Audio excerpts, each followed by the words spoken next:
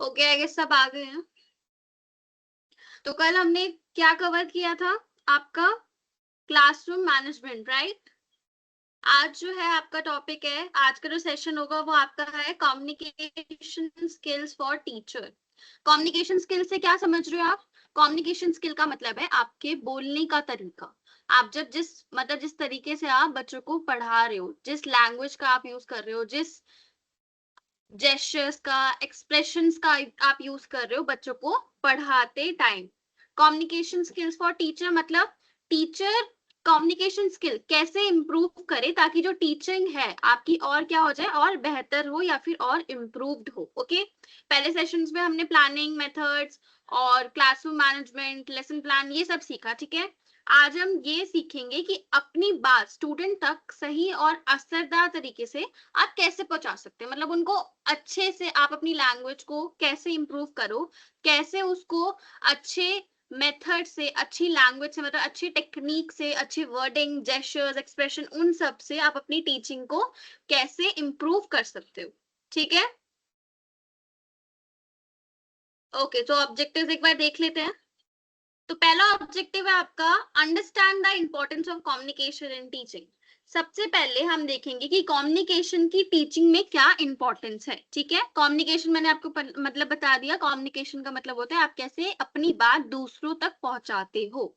यहाँ पे आपकी टीचिंग की बात हो रही है। ठीक है, एक टीचर अपने बात को, अपने सेशन को बच्चे तक, स्टूडेंट तक कैसे अच्छे से पहुंचाता है, उसकी इंपॉर्टेंस के बारे में हम पढ़ेंगे। ओके, सेकेंड है आपका learn verbal and non verbal communication techniques. अब देखो, कम्युनिकेशन भी दो टाइप के होते हैं, वर्बली भी होते हैं और नॉन वर्बली भी होते हैं। वर्बल का क्या मतलब होता है? जो चीज आप बोल के समझा रहे हो। ठीक है, जैसे मैं आपको अभी बोल के बता रही हूँ, सब चीजें आपको स्क्रीन पे शो हो रही है एंड मैं उसका मतलब आपको बोल के समझा रही हूँ। ठीक है, नॉन वर्बली का मतलब होता है सिर्फ आप अपने एक्सप्रेशन से, ठीक है, अपने बॉडी के जेस्चर से आप बच्चे को समझाते हो। ठीक है, तो अलग अलग टिक्स और आपकी जो टेक्निक्स है हम वो टीचिंग के अंदर यूज करते हैं, तो हम आगे वो भी देखेंगे। थर्ड आपका improve clarity while explaining concept. आप तीसरा आपका बोल रहा है कि आपकी जो क्लैरिटी है, आपकी जो कॉन्सेप्ट है, उसको आप कितना क्लियरली बच्चों तक पहुंचा रहे हो। ठीक है, बच्चों को कितना क्लियरली उसको समझ में आ रहा है। फोर्थ है आपका practice effective questioning techniques. Practice effective questioning techniques. अब आपके कम्युनिकेशन स्किल्स में एक और चीज बहुत ही ज्यादा इंपॉर्टेंट है, मैंने आपको हर बार बताया है कि जब आप अपना सेशन प्रोवाइड करवा रहे हो, ठीक है, अपना बच्चों को पढ़ा रहे हो, तो आपको बीच बीच में से उनसे क्वेश्चन पुटअप करने चाहिए। उनसे पूछना चाहिए कि मैंने आपको अभी ये टॉपिक समझाया, चलो आप मेरे को कोई एग्जाम्पल दीजिए, या फिर जो मैंने समझाया आप वही आप दोबारा समझा दीजिए। तो ये सब आप कैसे करोगे? ठीक है, क्वेश्चनिंग टेक्निक्स क्या होती है, उसमें आपको कौन कौन से क्वेश्चंस का यूज करना चाहिए, कैसे आप पूछोगे, वो सब हम आज के सेशन में सीखेंगे। लास्ट है आपका develop confidence in the classroom communication. अब आप जब तक टीचर के अंदर खुद पे कॉन्फिडेंस नहीं होगा, स्टूडेंट के अंदर वो नहीं आएगा एंड स्टूडेंट को समझ में भी नहीं आएगा। तो इसलिए कॉन्फिडेंस भी एक बहुत ही इंपॉर्टेंट पॉइंट होता है आपका कम्युनिकेशन स्किल के अंदर। ठीक है, ये आपका कुछ सेशन के ऑब्जेक्टिव्स हैं। आपको क्लियर हो गए? कोई डाउट आपका इसमें?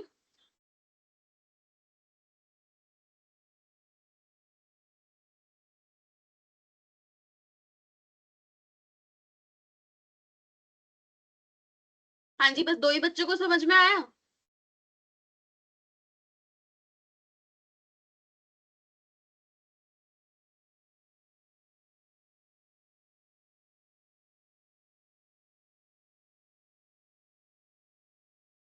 ओके, चलिए नेक्स्ट टॉपिक देखिए।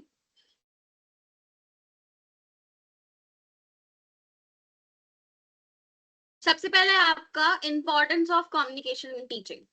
Importance of communication in teaching.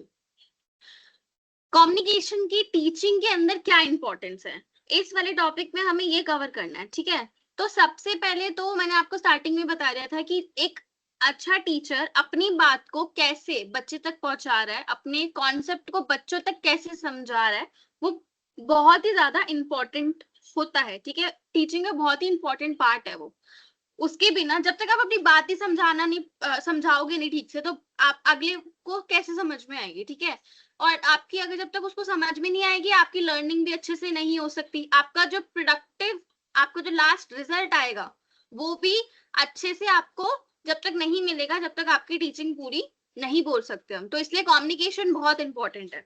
इसलिए communication is one of the most important skill for teachers. Exactly जैसे कि मैंने अभी बताया आपको। आप जो आपका इफेक्टिव कम्युनिकेशन है, ठीक है, वो किस में हेल्प करता है? पहला तो आपका एक्सप्लेन कॉन्सेप्ट क्लियरली, आपके कॉन्सेप्ट को क्लियरली बताने में हेल्प करता है। जब तक आपकी लैंग्वेज बच्चे को समझ में नहीं आ रही है, आप अच्छे से नहीं बोल रहे हो, आपकी वॉइस लाउड नहीं है, क्लियर नहीं है, आपकी जो लैंग्वेज है वो सिंपल नहीं है बिल्कुल, ताकि हर बच्चा समझ सके, तब तक आपकी कम्युनिकेशन अच्छी नहीं है। इसीलिए बोलते हैं कम्युनिकेशन टीचिंग में बहुत इंपॉर्टेंट होती है। ओके। सेकेंड आपका बिल्ड स्टूडेंट कॉन्फिडेंस। जब तक आपकी कम्युनिकेशन क्लियर है, उसको आपका समझाया और अच्छे से समझ में आया, तो बच्चे के अंदर जब उसको खुद को समझ में आ जाएगा, तो एक कॉन्फिडेंस उसके अंदर बिल्डअप हो जाएगा कि मुझे ये चीज अच्छे से आती है। तो जितना कम्युनिकेशन टीचिंग के लिए, टीचर के लिए इंपॉर्टेंट है, उतना ही स्टूडेंट के लिए भी इंपॉर्टेंट है। ओके। थर्ड पॉइंट है आपका इंक्रीज क्लासरूम इंटरेक्शन। ये आपका क्लासरूम इंटरेक्शन में भी हेल्प करता है। अगर आपका टीचर ही शाय है, टीचर ही मतलब कम बात करने वाला है, उसको सिर्फ उसने टॉपिक पढ़ाया एंड आपका वो चला गया, तो भी बोल पाएंगे कि आपकी टीचिंग कंप्लीट नहीं होती है। जैसे कि मैंने बताया आपको बच्चों से थोड़ा कंफर्ट जोन बना के चलना चाहिए। आप उनसे क्वेश्चनिंग करो उनके डे के बारे में, उन्होंने अब तक क्या क्या सीखा, उनकी कितनी क्लासेस हो गई। ये सब ना नॉर्मल जेस्चर्स होते हैं टीचर के। जब वो अपनी क्लास लेने आता है ना, तो वो पूछते चलो लास्ट क्लास में हमने ये पढ़ा था, आपको कोई डाउट हो तो आप मुझसे पूछ सकते हो, आपने आज क्या क्या सीखा, चलो वो मेरे को बताओ, आज हम ये टॉपिक पढ़ेंगे, आपको क्या समझ में आएगा उससे। तो ये कम्युनिकेशन के कुछ पार्ट्स होते हैं, इसलिए बोलते हैं आपका कम्युनिकेशन इंटरेक्शन में भी हेल्प करता है, ठीक है। फोर्थ पॉइंट आपका रिड्यूस मिसअंडरस्टैंडिंग। देखो, आप जितनी बातें करोगे, आप जितने सवाल पूछोगे मैम से या फिर अपने टीचर से, और ऑफ कोर्स आपके डाउट्स क्लियर होंगे, राइट। आपके दिमाग में जो काइंड ऑफ मिसअंडरस्टैंडिंग बन गई हो किसी कॉन्सेप्ट को लेके, अरे ये बहुत ज्यादा डिफिकल्ट है, ये मुझसे नहीं होगा। जैसे अभी आपको इंग्लिश में बहुत ज्यादा, जितना मुझे समझ में आया, आप लोगों को इंग्लिश में बड़ा वो है कि इंग्लिश में हमें लिखने में प्रॉब्लम है। मैंने आपकी स्लाइड शेयर करी इंग्लिश में, तो मैम आप हिंदी में शेयर कर दीजिए। तो वो चीज का क्लियर होगी जब आपको, जैसे मैं आपको भी, मैंने एक ट्रिक अभी जो मैं नॉर्मली यूज करती हूँ, मैं आपको स्लाइड इंग्लिश में दिखा रही हूँ, सब कुछ इंग्लिश में लिखा है, बट उसके साथ साथ मैं आपको एक एक वर्ड का मीनिंग भी बताती हूँ, ठीक है।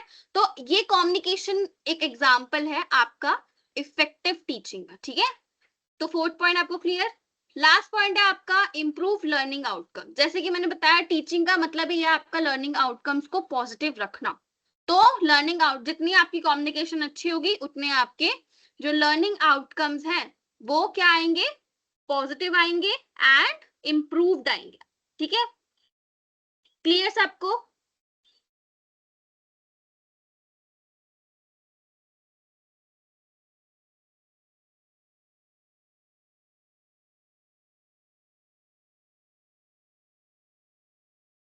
क्लियर है तो प्लीज नोट डाउन कर लीजिए।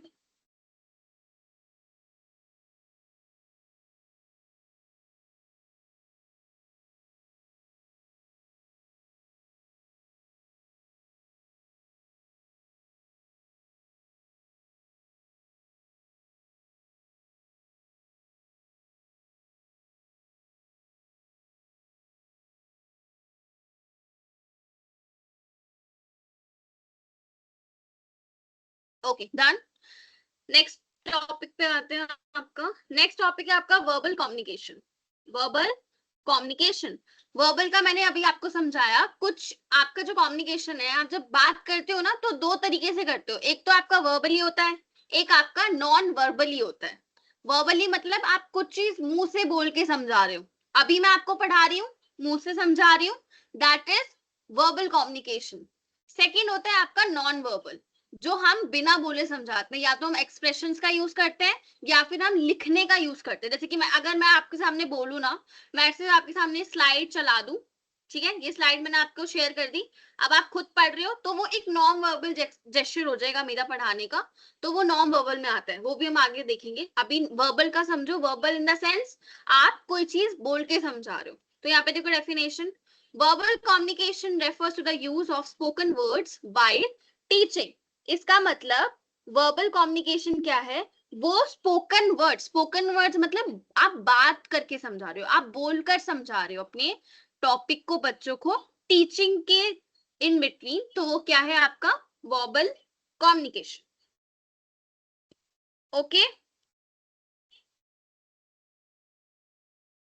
जैसे कि आपका इसमें क्या क्या इंक्लूड होगा, इसमें क्या क्या इंपॉर्टेंट है आपका, एक तो क्लियर प्रोनाउंसिएशन, आप जो वर्ड बोल रहे हो वो क्लियरली प्रोनाउंस्ड हो, वो क्लियरली प्रोनाउंस्ड हो मतलब साफ और सही ढंग से बोला गया हो।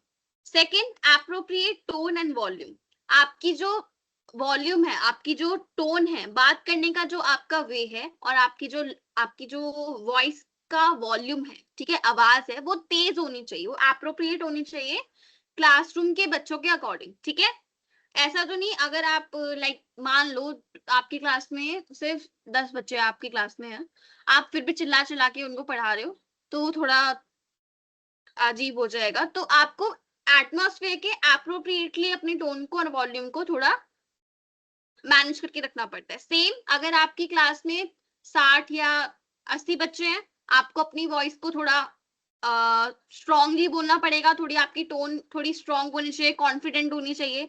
तो ये चीज वर्बल कम्युनिकेशन में इंपॉर्टेंट होती है।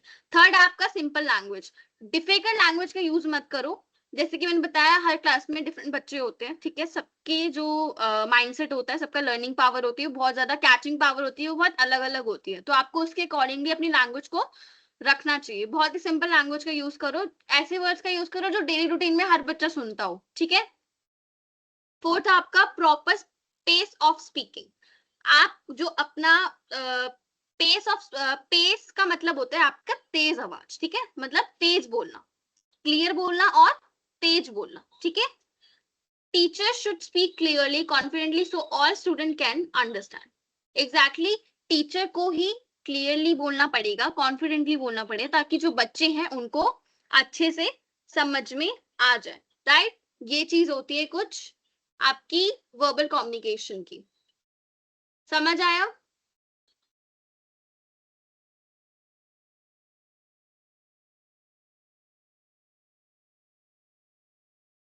अच्छा चलो, आपको वर्बल कम्युनिकेशन की मैं अगर एग्जांपल दूं, आपकी क्लास में कुछ बच्चे ना जैसे कि आपकी क्लास में कुछ मान लो 30 to 40 स्टूडेंट्स हैं, ठीक है। अब आपकी क्लास में कोई सब लोग तो आगे नहीं बैठते, कुछ बच्चे पीछे भी होते हैं, लास्ट डेस्क पे भी होते हैं। तो आप इतना धीरे भी नहीं बोलोगे ना कि लास्ट बेंच के बच्चे को अगर सुनाई नहीं देगा तो उसको समझ में कैसे आएगा। तो इसलिए यहाँ पे आपका क्या है, पेस ऑफ स्पीकिंग, आपकी तेज आवाज होनी चाहिए। ठीक है, नेक्स्ट आपका, जैसे आप मान लो आप कहीं पे किसी विलेज में कोई गवर्नमेंट स्कूल है, आप वहां पे पढ़ाने गए हो, वहां के बच्चों की इंग्लिश इतनी अच्छी नहीं है, ठीक है, उनको इतनी अच्छी इंग्लिश, इतनी एडवांस इंग्लिश नहीं आती। तो आप अपने वर्ड्स को कैसे रखोगे, इंग्लिश में बात करो, लेकिन वो वर्ड्स ऐसे बिल्कुल कॉमन रखो, इतने सिंपल रखो कि उनको भी कैच करने में इजी रहे। अगर एक टीचर कॉन्टिन्यूसली इंग्लिश में पढ़ाती रहे तो जो बच्चा जिसको हिंदी समझ में आती है, ठीक है, इतनी अच्छे से वो इंग्लिश नहीं समझ सकता, तो उसको वहां पे दिक्कत होगी। तो आपको अपनी लैंग्वेज को मिक्सअप करके भी पढ़ाना चाहिए, हिंदी और इंग्लिश दोनों का यूज करो, ताकि बच्चे को अच्छे से समझ में आए। ठीक है, और जैसे कि मैंने बोला कि एक जो अच्छा टीचर होता है उसकी एक आप बोल सकते हो हैबिट होती है, वो हर चीज आपसे एक तो पढ़ाने के बाद पूछेगा, आपको समझ में आया, आपको अगर इसमें डाउट है तो आप मुझसे अभी क्लियर कर सकते हो। ठीक है, इंटरेक्शन, जैसे कि मैंने बताया, इंटरेक्शन करना बहुत इंपॉर्टेंट है। सेकेंड चीज, वो ना अपनी हर बात को रिपीट करेगा, ठीक है, करेगी या करेगा, अपने टॉपिक को समझाने के बाद हर चीज को वो रिपीट करेगा, ताकि बच्चे को अगर कोई डाउट हो तो वो उस पॉइंट पे उनसे पूछ सके। अब आपको कोई डाउट हो आप मुझसे पूछ लो, और अगर नहीं है तो प्लीज एक बार नोट डाउन कर लो जल्दी से।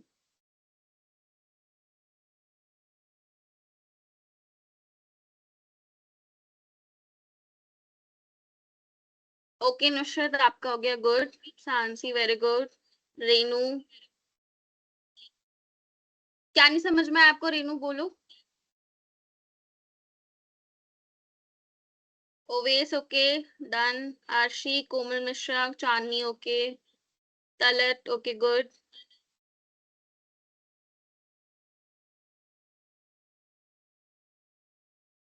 ओके, आई थिंक हो गया सबका। ओके, नेक्स्ट टॉपिक देखिए।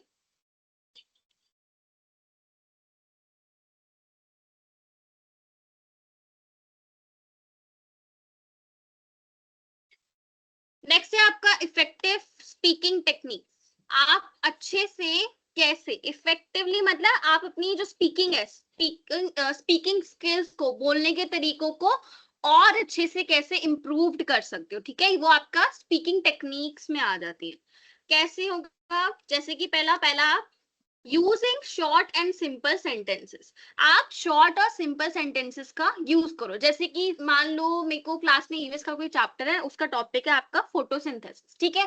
अब मैं एक लंबी डेफिनेशन बच्चे को समझा रही हूँ, बोले जा रही हूँ लंबी डेफिनेशन, मैंने उसको बोल के खत्म कर दी, उसको समझ ही नहीं आया। अब मैं एक सिंपल तरीके से भी बोल सकती थी कि फोटोसिंथेसिस का क्या मतलब होता है, कि प्लांट्स अपना खाना कैसे बनाते हैं, ठीक है। मतलब यही देखो कि मैंने डेफिनेशन बोले तो उसको समझ में नहीं आएगा अगर फर्स्ट टाइम वो सुन रहा है। एंड वहीं पे मैंने उसको बोला कि प्लांट्स कैसे अपना खाना बनाते हैं, उसी को फोटोसिंथेसिस बोलते हैं, वो हम आगे समझेंगे डिटेल में, तो उसको समझ में आ जाएगा। तो यहाँ पे वही बात बोल रहा है, using short and simple sentences. Second देखो, explain explaining one idea at a time. हमेशा एक चीज, मतलब जब आप कोई टॉपिक पढ़ा रहे हो, उसमें अगर आपके अलग अलग पार्ट्स हैं, तो उन पार्ट्स को भी आप अलग अलग पढ़ाओ, सबको मिक्स एंड मैच मत कर दो, ताकि बच्चे को कंफ्यूजन ना हो जाए। तो आपकी स्पीकिंग टेक्निक्स यहाँ पे वर्क करती है। आपको अपनी जो एक्सप्लेनिंग टेक्निक है, जब आप एक्सप्लेन कर रहे हो तो एक चीज को एक ही समय में समझाओ, और जब तक समझाओ तब तक उसको समझ में नहीं आती, ठीक है। थर्ड आपका, ये तो सबसे इंपॉर्टेंट है ऑफ कोर्स, आप उसको ना एग्जांपल्स दो, ठीक है। एग्जांपल्स दो उसकी डेली लाइफ से। जब आप डेली लाइफ की एग्जांपल देते हो ना, तो बच्चा अपने दिमाग में इमेजिन करता है, अच्छा ये वाली चीज जो मैम मुझे समझा रही है या सर मुझे समझा रहे हैं, वो चीज मैंने यहाँ पे देखी थी, या वो रिलेट कर पाएगा, तो उसको अच्छे से इजीली समझ में आ जाएगा, ठीक है। Examples are the most important thing while you explaining something. जब आप कुछ समझा रहे हो किसी को, तो एग्जाम्पल्स देना बहुत नेसेसरी, बहुत इंपॉर्टेंट होता है। ओके, फोर्थ है आपका रिपीटिंग इंपॉर्टेंट पॉइंट्स। ये बहुत इंपॉर्टेंट है। जब आप कोई इंपॉर्टेंट टॉपिक पढ़ा रहे हो, तो या फिर आप कोई भी एक चैप्टर पढ़ा रहे हो, ठीक है, हर चैप्टर में से कुछ इंपॉर्टेंट पॉइंट्स होते हैं, कुछ इंपॉर्टेंट सब टॉपिक्स होते हैं, तो उनको आप रिपीट करो जब तक उन्हें समझ में ना आए। इवन उनको समझ में आएगा तो भी एक दो बार रिपीट कर दो कि ये इंपॉर्टेंट है, ये आप दोबारा समझ ले, इसमें ये चीज हुई थी, ठीक है। तो वो चीज वहां पे इंपॉर्टेंट होती है। लास्ट है आपका पॉजिंग बिटवीन एक्सप्लेनेशन। आप जैसे कि मैं आपको टॉपिक्स पढ़ाती हूँ, ठीक है, बीच में मैं आपको 2 से 3 मिनट का पॉज देती हूँ, ताकि आप उसको नोट डाउन कर लो। नोट डाउन करते करते आप उसको एक बार रिवाइज कर लो कि हमने अभी ये पढ़ा। रिवीजन में आप उससे पूछ भी सकते हो कि उसमें आपने क्या पढ़ा, ठीक है। आप मुझसे डाउट भी क्लियर कर सकते हो। तो वो पॉज इंपॉर्टेंट है, हर चीज को समझाते टाइम एक पॉज लेना इंपॉर्टेंट होता है, ठीक है। आउटकम क्या आएगा, इसका रिजल्ट क्या होगा, student understand lesson more effectively. बच्चों को जो लेसन है वो और अच्छे से समझ में आएगा। क्लियर? क्लियर है तो नोट डाउन कर लीजिए।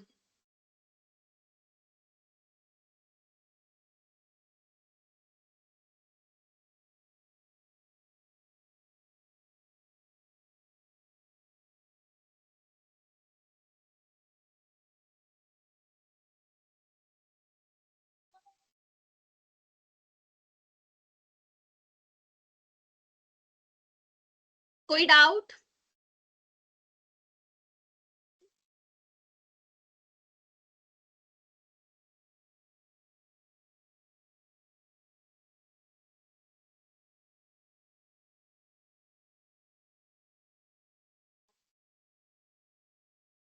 ओके, चलिए नेक्स्ट टॉपिक देखिए स्क्रीन पे। नेक्स्ट टॉपिक है आपका नॉन वर्बल कम्युनिकेशन, ठीक है। नॉन वर्बल कम्युनिकेशन का मतलब क्या है, इसमें बेसिकली आपका body language, facial expression, gestures और आपका आई कांटेक्ट, ये आता है। अभी मैंने ऊपर आपको समझा दिया था कि जो चीज आप बोल के नहीं समझाते वो आप नॉन वर्बली समझाते हो। कल मैंने एक एग्जांपल भी दिया था जब हम डिस्टर्बेंस की बात कर रहे थे कि आपकी क्लास के बीच में दो बच्चे बातें कर रहे हैं, आपने ना डायरेक्टली नहीं बोला, ठीक है, या तो उनकी तरफ देख के आपने बोल दिया कि मुझे अपनी क्लास में पिन ड्रॉप साइलेंस चाहिए, कोई बात नहीं करे, ठीक है, आपने बोला, इसमें बोला। एक होता है आप उनकी तरफ से देख रहे हो, जब आप उनकी तरफ आई कांटेक्ट करोगे उन्हें पता है बात कर रहे हैं तो वो आपके आई कांटेक्ट से ही शांत हो जाएंगे, क्योंकि उनको पता है मैम हमें देख रही है या सर हमें देख रहे हैं, ठीक है। तो आपकी बॉडी लैंग्वेज, आप कैसे खड़े हो, आप कितने कॉन्फिडेंटली खड़े हो, आपकी फेस पे स्माइल होनी चाहिए जब आप समझा रहे हो, या फिर आप कोई इंपॉर्टेंट टॉपिक समझा रहे हो तो आपको दिखना चाहिए कि बच्चे को दिखना चाहिए कि आप सीरियस हो उस टॉपिक को लेके, तो वो भी बहुत सीरियसली उस पर ध्यान देगा। आपके फेशियल एक्सप्रेशन, जैसे कि मैंने बताया, स्माइल करना, आप कुछ अच्छा समझा रहे हो, उनको कुछ अच्छा मोटिवेशन दे रहे हो या फिर उनकी तारीफ कर रहे हो तो अपनी फेस पे स्माइल रखो, ठीक है। बॉडी लैंग्वेज आपकी, कॉन्फिडेंटली खड़े हो। जेस्चर्स आपके, जो बात करने का वे है, या फिर आप जो उनसे गुड मॉर्निंग या गुड आफ्टरनून लेते हो तो वो आप एक अच्छे जेस्चर्स के साथ करो। आई कांटेक्ट बहुत इंपॉर्टेंट होता है हर बच्चे के साथ, चाहे वो किसी भी कोने में बैठा है, आप उससे जब तक आई कांटेक्ट नहीं रखोगे वो या तो बातें करता रहेगा या फिर उसका ध्यान नहीं रहेगा, ठीक है। नीचे देखो एग्जाम्पल आपका, स्माइलिंग वाइल टीचिंग, पढ़ाते टाइम आपके फेस पे स्माइल होनी चाहिए, आई कांटेक्ट आपको बना के रखना चाहिए, अपने हाथों का इस्तेमाल करो, हैंड जेस्चर्स का यूज करो। अभी तो मैं जैसे स्क्रीन पे हूँ मैं आपके साथ, अभी नॉर्मली ऑनलाइन पेंसिल का यूज करो, ठीक है, मैं यहाँ पे मार्क करती रहती हूँ, आप वहां पे ध्यान देते रहते हो, तो ये काइंड ऑफ हैंड जेस्चर हो गया। बट जब आप क्लास में पढ़ा रहे हो तो अपने ब्लैक बोर्ड पे लिख दिया, तो अपने हैंड जेस्चर्स का, अपने हैंड्स का यूज करो, टॉपिक को समझा देना, ये वाला टॉपिक अभी हमने कवर कर लिया, ये वाला का मतलब ये था, इसका ये एग्जाम्पल है, ये सब आप यूज कर सकते हो, ठीक है। स्टैंडिंग कॉन्फिडेंटली, जैसे कि मैंने बताया कॉन्फिडेंस सबसे इंपॉर्टेंट होता है, आप जिस तरीके से खड़े हो, बात कर रहे हो, वो सबसे ज्यादा इंपॉर्टेंट है। Body language strongly effect classroom engagement and student attention, ठीक है, आपका जो बॉडी लैंग्वेज है वो बहुत इंपॉर्टेंट होता है क्लासरूम एंगेजमेंट में और स्टूडेंट के अटेंशन में। नोट डाउन कर लीजिए एंड कोई डाउट हो तो पूछ लीजिए।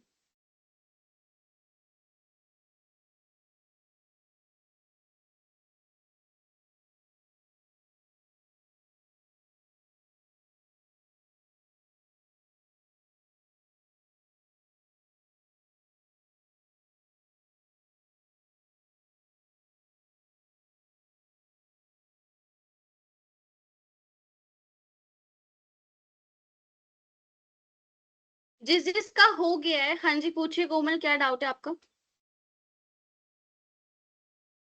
जिस जिसका अभी तक, जिन्होंने अपने नोट बनाए हैं, एक बार चैट बॉक्स में अपलोड करना, मुझे देखना है आप लोग कैसे बनाते हो नोट्स। एंड कोमल आप अपना डाउट पूछिए, क्या डाउट है आपको।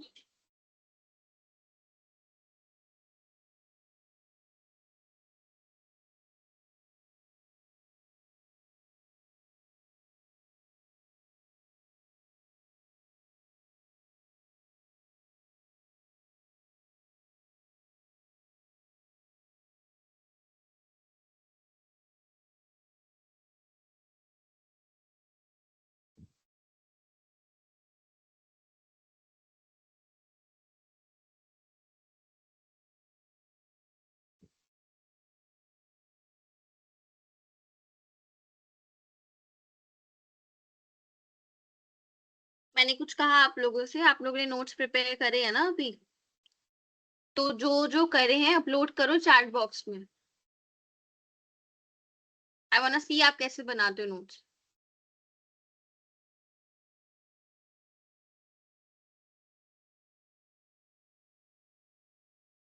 जल्दी करिए, टाइम वेस्ट नहीं करिए, जल्दी करिए।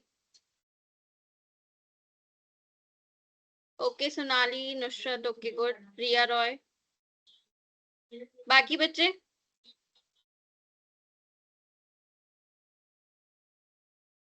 ये तो पुराने हैं, आज के किधर है, अभी जो आप बना रहे हो।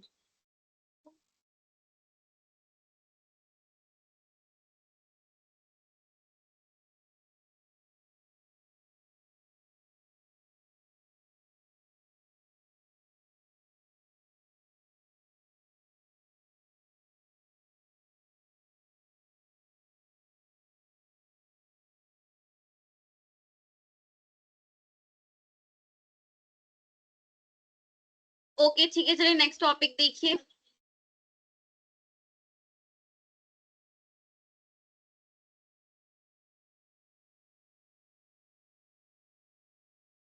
नेक्स्ट टॉपिक है आपका importance of eye contact and body language. ठीक है, अभी हमें ऊपर पढ़ा आई कॉन्टैक्ट बॉडी लैंग्वेज की क्या इंपॉर्टेंट है। अब अभी हम उसको थोड़ा और डिटेल में समझ लेते हैं कि क्यों इंपॉर्टेंट है इतना। तो आपका पहले तो जो आई कॉन्टैक्ट है और आपका जो पॉजिटिव बॉडी लैंग्वेज है वो हेल्प करता है टीचर्स को। पहला तो एक तो वो ना ट्रस्ट बनाता है स्टूडेंट और टीचर के in between. Trust in the sense, अब आप कुछ सोचोगे कि आई कॉन्टैक्ट और पॉजिटिव बॉडी लैंग्वेज से कौन सा ट्रस्ट बन रहा है। तो ट्रस्ट इन द सेंस मतलब बच्चा आप ना बच्चे के रोल मॉडल होते हो। एक टीचर बच्चे के लिए रोल मॉडल होता है। तो जितना टीचर कॉन्फिडेंट होगा अपने सब्जेक्ट को लेके उतना ही बच्चा भी कॉन्फिडेंट होगा, इनडायरेक्टली ही सही। ठीक है, क्योंकि जब तक टीचर कॉन्फिडेंट नहीं है टॉपिक को लेके वो बच्चे को अच्छे से समझा नहीं पाएगा। अगर उसको समझ में आ रहा है, ठीक है, वो अच्छे से समझा पा रहा है अपनी बात को, तो एक ट्रस्ट बन जाता है in between student and teacher. समझ आया। सेकेंड पॉइंट आपका मेंटेन क्लासरूम अटेंशन। अब जितना एक टीचर कॉन्फिडेंट होगा अपना, उसने अच्छे से क्लासरूम मैनेजमेंट कर रखा है, उसने अपने अच्छे से लेसन प्लानिंग कर रखी है, सब कुछ किया हुआ है, तो उसका जो क्लासरूम अटेंशन है वो भी मेंटेन होके रखता है। आई कांटेक्ट इसलिए भी इंपॉर्टेंट होता है कि आप हर बच्चे पे ध्यान दे रहे हो कि क्या बच्चा क्या कर रहा है, वो नोट डाउन कर रहा है कि नहीं कर रहा है, मेरे बातों पे ध्यान दे रहा है कि नहीं दे रहा है, किसी से बातें तो नहीं चल रही बीच बीच में। तो ये चीज आपकी आई कॉन्टैक्ट हेल्प करती है। थर्ड है आपका शो कॉन्फिडेंस एंड इंटरेस्ट। आपका जो बॉडी लैंग्वेज है और आई कांटेक्ट है वो आपका इंटरेस्ट शो करता है, आपका कॉन्फिडेंस शो करता है टुवर्ड्स स्टूडेंट। ओके, लास्ट आपका encourage student participation.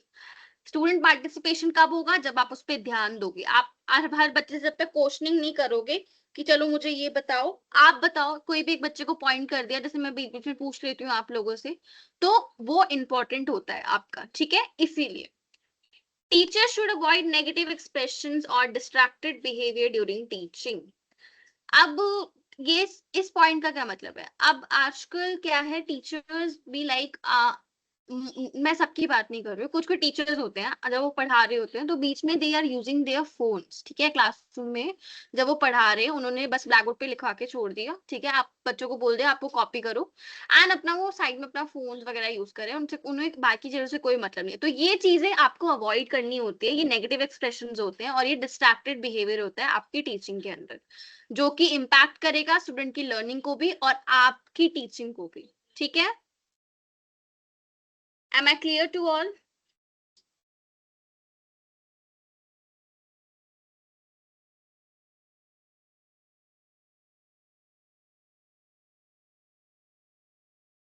Note down कर लीजिए और कोई डाउट हो तो आप पूछ सकते हो।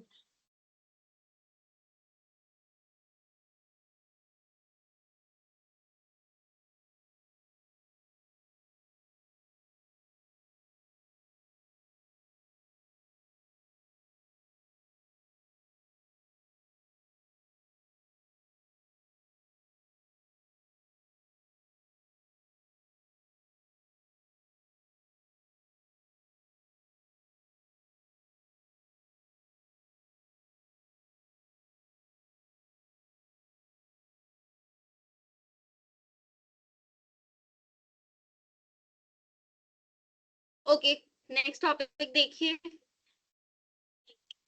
नेक्स्ट टॉपिक है आपका clarity in explanation. Clarity in explanation मतलब आप अपने टॉपिक को जब एक्सप्लेन करते हो ना, तो आपको क्या है अपने कॉन्सेप्ट को बहुत ज्यादा सिंपल और ऐसे रखना होता है कि सामने वाले बच्चे को या फिर सामने वाले इंसान को वो अच्छे से समझ जाए, वो टॉपिक आपका समझने लायक तरीके से बना हो। आपको ऐसे अपना टॉपिक को समझाना होता है। ठीक है, अब आप उसको, अब जो आपका क्लैरिटी है, जो क्लैरिटी है, अब आप इसको इम्प्रूव कैसे कर सकते हो। तो use simple words, simple words का यूज करो। ठीक है, ज्यादा हार्ड डिफिकल्ट वर्ड्स का यूज मत करो। सेकंड आपका break topics into smaller parts. Exactly आप अपने टॉपिक्स को छोटे छोटे पार्ट्स में बांट दो, और ताकि बच्चों को थोड़ी डिफिकल्टी भी ना हो एक बड़े टॉपिक को देख के। थर्ड आपका यूज एग्जांपल्स एंड विजुअल, जैसे मैं बताया टीचिंग एड्स का यूज करो और एग्जांपल्स दो इन बिटवीन योर एक्सप्लेनेशन।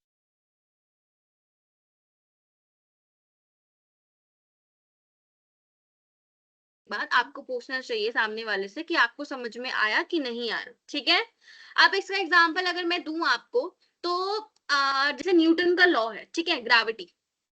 आप ग्रेविटी को कैसे समझाओगे? आप ग्रेविटी को ना न्यूटन के एप्पल वाली जो स्टोरी है ना, आप उसे सुनाकर समझा सकते हो।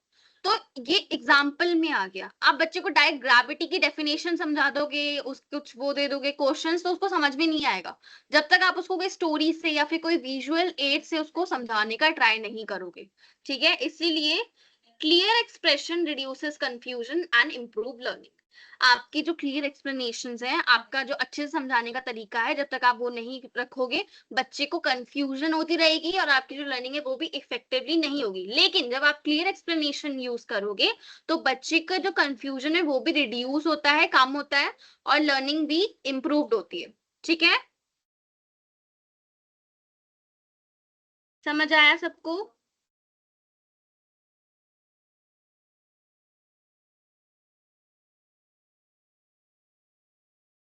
समझ आ गया तो आप नोट डाउन कर लीजिए, एंड अगर नहीं आया तो आप प्लीज क्वेश्चन पूछो।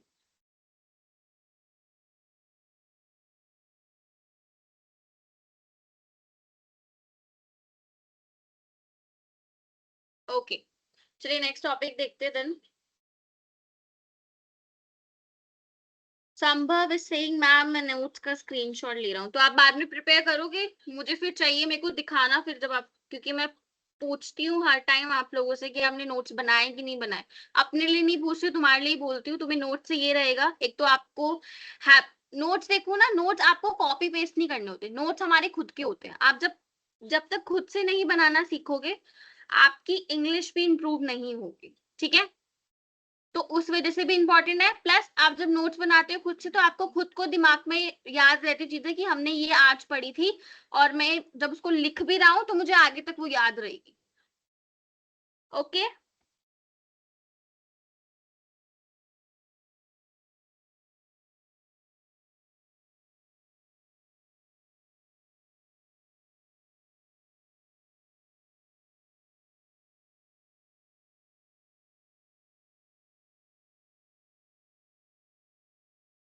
ओके, तो हमारा जो नेक्स्ट टॉपिक है वो है आपका क्वेश्चनिंग टेक्निक्स। ओके,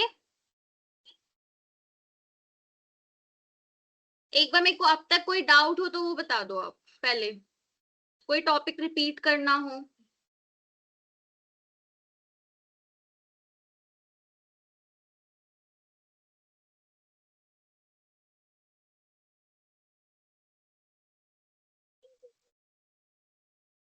हाँ जी, बताइए, कोई डाउट?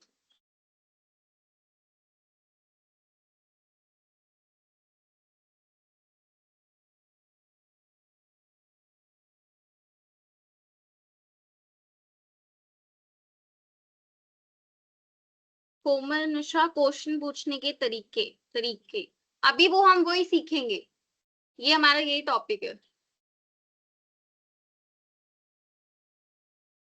अच्छा ठीक है, चलो अगर आपको डाउट नहीं है तो इस वाले टॉपिक पे आते हैं। नेक्स्ट आपका सी, आपका जो नेक्स्ट टॉपिक है वो है क्वेश्चनिंग टेक्निक्स। अब आपका ना क्वेश्चन करने का भी बहुत सारे वेज होते हैं, ठीक है। एक टीचर का क्वेश्चन करने का वे होता है, और क्वेश्चनिंग टेक्निक्स हेल्प करती है टीचर को चेक करने में, अंडरस्टैंडिंग, और एनकरेज भी करती है बच्चों को पार्टिसिपेट करने में, ठीक है। अब कुछ टाइप्स के क्वेश्चंस होते हैं, जिसमें आपका ये आपको दिख रहा होगा, 3 टाइप्स हैं, ठीक है।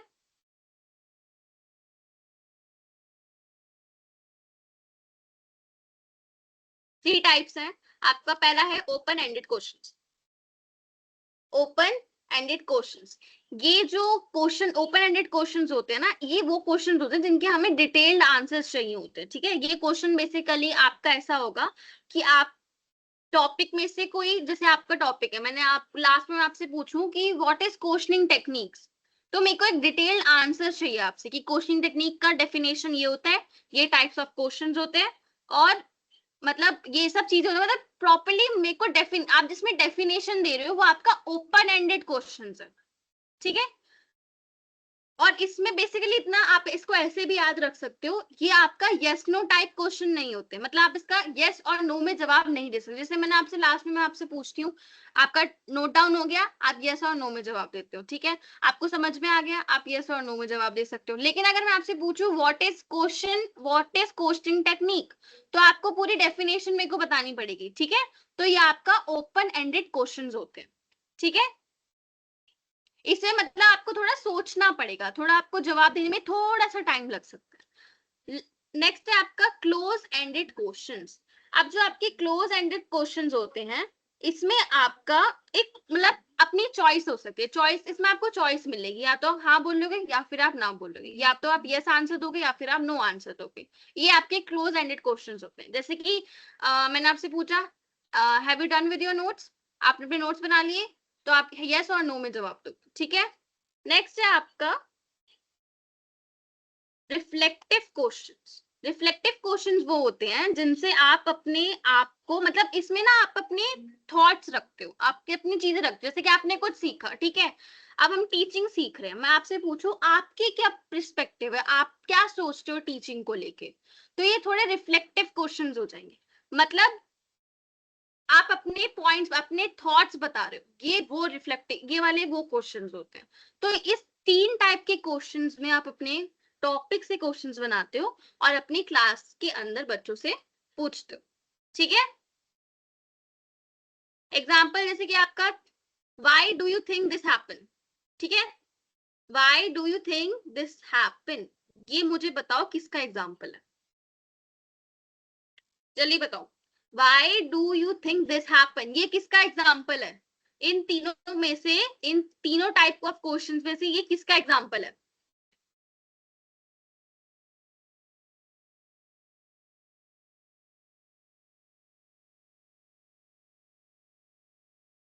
बताइए जल्दी। ओपन एंडेड का एग्जाम्पल है, क्लोज एंडेड का एग्जाम्पल है, या फिर रिफ्लेक्टिव का एग्जाम्पल है।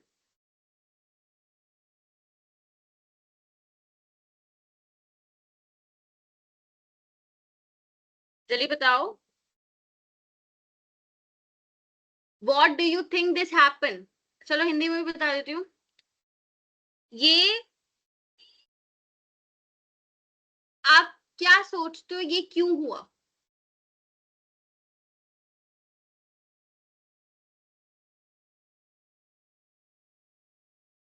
सब ओपन एंडेड बोल रहे हैं। दशरथ का आंसर ठीक है, रिफ्लेक्टिव का एग्जाम्पल है ये।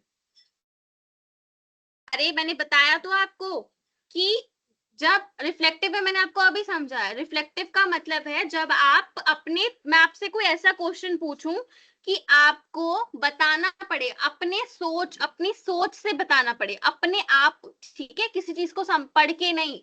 तो यहाँ पे भाई तो पूछ रहा है why do you think this happen, आप क्यों सोचते हो कि ऐसा हुआ, तो ये क्या है, रिफ्लेक्टिव का है। ओपन एंडेड जब होता है जब मैं आपसे डायरेक्ट पूछती हूँ चलो बताओ what is the meaning of this, मतलब मैंने आपको बोला मुझे समझाओ व्हाट इज क्वेश्चनिंग टेक्निक, या फिर what is the meaning of photosynthesis, ये बताओ, तो ये होगा आपका open ended.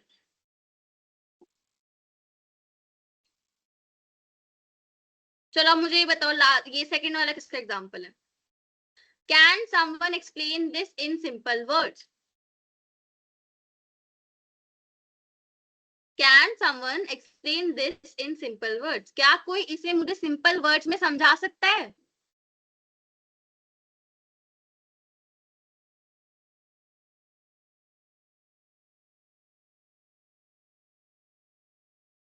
Very good शफत, very good दश, और किसी नुसरत ने भी ठीक दिया है, ठीक है, निधि, ओके गुड, हाँ very good, close ended question है, वेरी गुड, ठीक है। ओके चलिए नोट डाउन कर लीजिए, एंड कोई डाउट हो तो आप मुझसे पूछ सकते हो।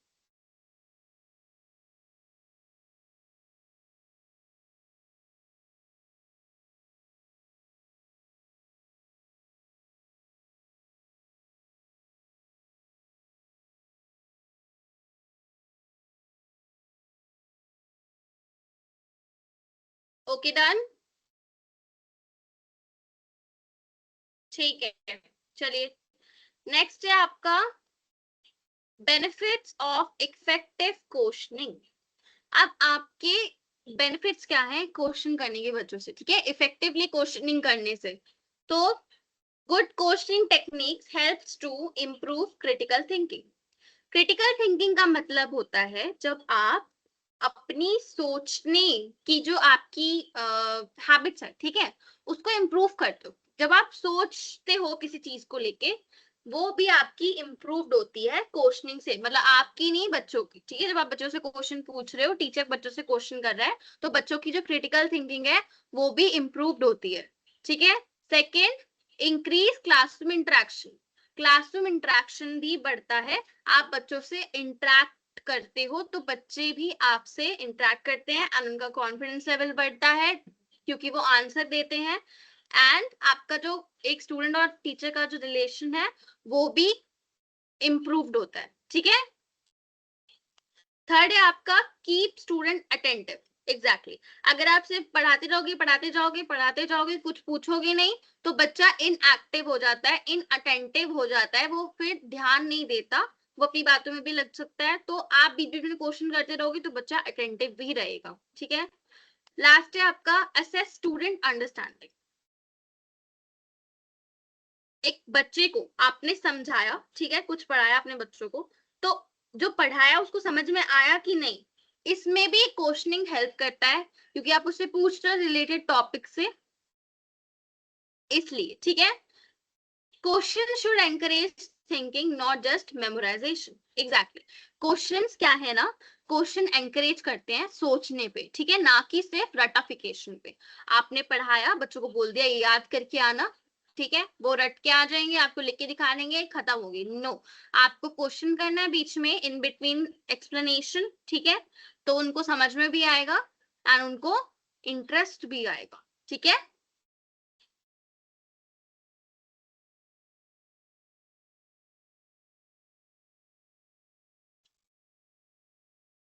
समझ आया? कोई डाउट?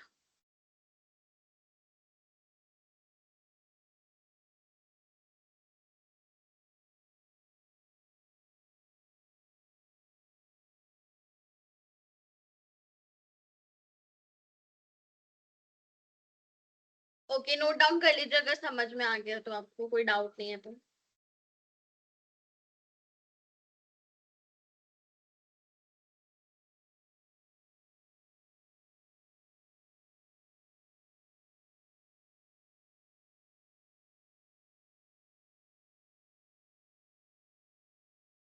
ओके चलिए नेक्स्ट टॉपिक देखते हैं।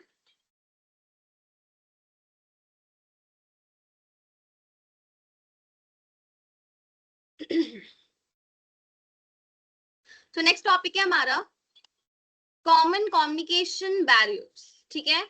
कॉमन कम्युनिकेशन बैरियर्स मतलब, कम्युनिकेशन बैरियर्स का मतलब होता है जब आप बच्चों को पढ़ा रहे हो, जब आप अपनी चीज समझा रहे हो, कम्युनिकेट कर रहे हो, तो उनके इन बिटवीन कौन सी ऐसी चीजें हैं जो आपकी टीचिंग को इफेक्ट कर सकती है, लर्निंग को इफेक्ट कर सकती है, ठीक है। तो वो है जैसे कि आपका स्पीकिंग टू फास्ट, आप बहुत जल्दी जल्दी बोले जा रहे हो, बहुत तेजी में बोल रहे हो, ठीक है, आप बोल के चुप भी हो जाओगे, उनको समझ में ही नहीं आया, तो उस चीज का कोई फायदा है नहीं, है ना। इसीलिए आप अपनी कम्युनिकेशन, अपने बात, अपने समझाने का जो वे है, अपनी जो स्पीड है, उसको नॉर्मल रखो, न्यूट्रल रखो, ताकि बच्चे को समझ में भी आए, ठीक है। नेक्स्ट आपका यूजिंग डिफिकल्ट लैंग्वेज। जैसे कि मैंने बताया लैंग्वेज एक सबसे बड़ा बैरियर है हर चीज को समझाने के, ठीक है। अब आप एक बार बताओ आप ऐसे किसी स्टेट में चले गए जिस जहाँ की लैंग्वेज दूसरी है, ठीक है, आपको दूसरी आती है लैंग्वेज, ठीक है, तो आप कम्युनिकेट कर पाओगे, आप बात कर पाओगे, अपनी बात समझा पाओगे उसको? नहीं समझा पाओगे ना। तो उसके लिए आपको क्या चाहिए, उनकी लैंग्वेज आनी चाहिए, या तो उनकी लैंग्वेज आनी चाहिए या फिर ऐसी कॉमन लैंग्वेज आनी चाहिए जो दोनों को समझ में आए, जब तो कम्युनिकेशन इफेक्टिव होगा।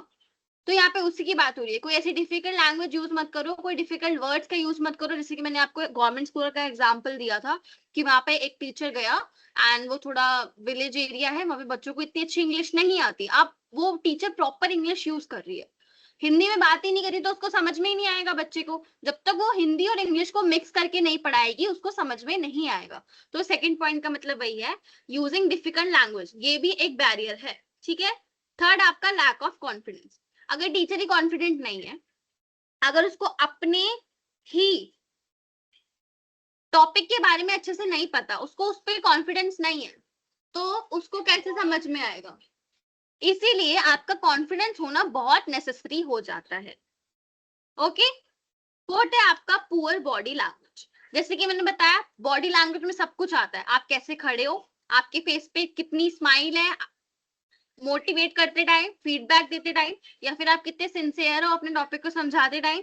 आपका आई कांटेक्ट बहुत जरूरी है हर बच्चे के ऊपर, ये सब आपका बॉडी लैंग्वेज में आ जाता है। अगर ये पुअर है तो भी आपकी कम्युनिकेशन में बैरियर आएगा, ठीक है। नेक्स्ट है आपका नॉट लिसनिंग टू स्टूडेंट, ये भी एक बहुत बड़ा बैरियर है। आप खुद की बात बोले जा रहे हो, टीचर को समझना सुनना भी चाहिए बच्चों की बात, कि वो क्या पूछना चाह रहे हैं या फिर वो क्या बोल रहे हैं, वो भी बहुत इंपॉर्टेंट होता है। Okay. Teacher should practice active and student friendly communication, teacher को एक्टिव और स्टूडेंट फ्रेंडली कम्युनिकेशन का इस्तेमाल करना चाहिए। दैट्स इट फॉर टुडे, आज का जो सेशन था वो यहाँ पे खत्म।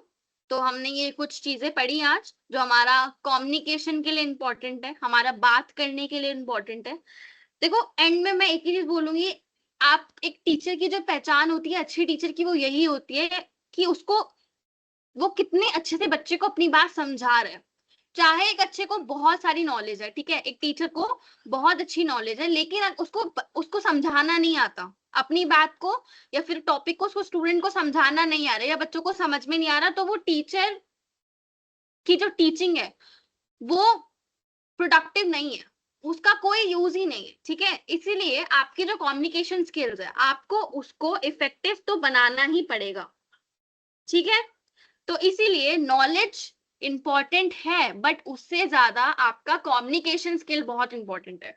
आप अपनी बात को कैसे समझा रहे हो, कैसे रख रहे हो, वो ही एक टीचर की अच्छी पहचान होती है। आप देखोगे टीचर की नॉलेज भी आपको तभी पता चलेगी जब आपको उसकी बात समझ में आएगी, ठीक है। आपके साथ वो कितना अच्छा है, उसका बिहेवियर कितना अच्छा है, वो आपको कितने अच्छे से समझा रहा है, ठीक है। तो ये चीज बहुत इंपॉर्टेंट होती है एक अच्छी टीचिंग के वे में। Okay, so that's it for today. अभी आपको कोई डाउट हो तो आप मुझसे पूछ सकते हो, और अगर कुछ नोट करना रह गया हो तो मुझे एक बार आप बता दीजिए, फिर मैं आपके साथ असाइनमेंट शेयर कर देती हूँ इस सेशन का।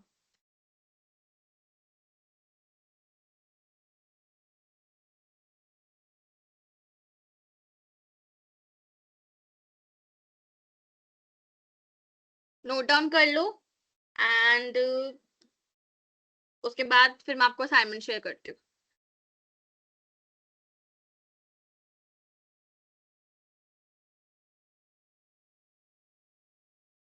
ओके, आई थिंक नोट हो गया है सबका। असाइनमेंट देख लीजिए अब आप एक बार। ओके।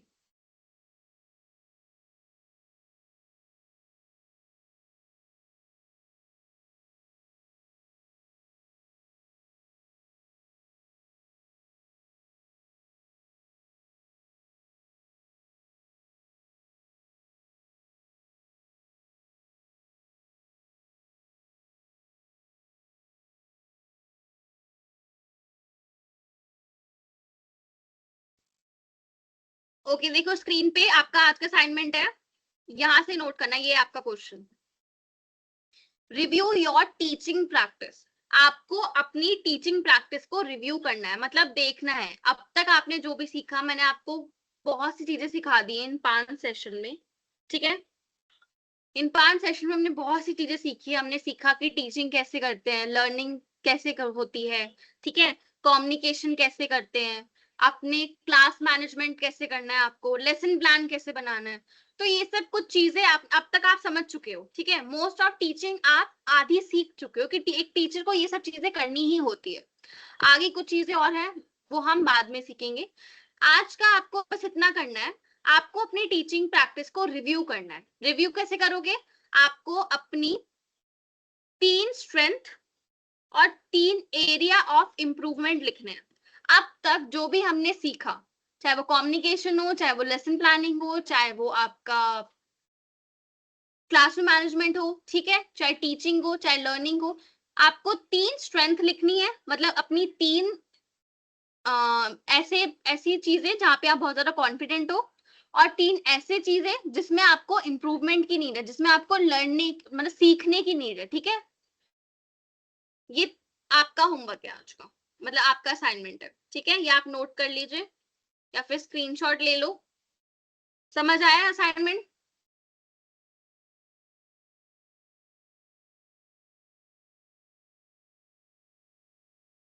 ओके, सोनाली को आ गया, मुस्कान गुड, सदमा ओके, ओवेस ओके गुड, अदीब, रेनू ठीक है, रानी ओके, नुसरत ठीक है, मिथुन, जानी ओके, शमशीर ओके, विकास ओके गुड, सुगम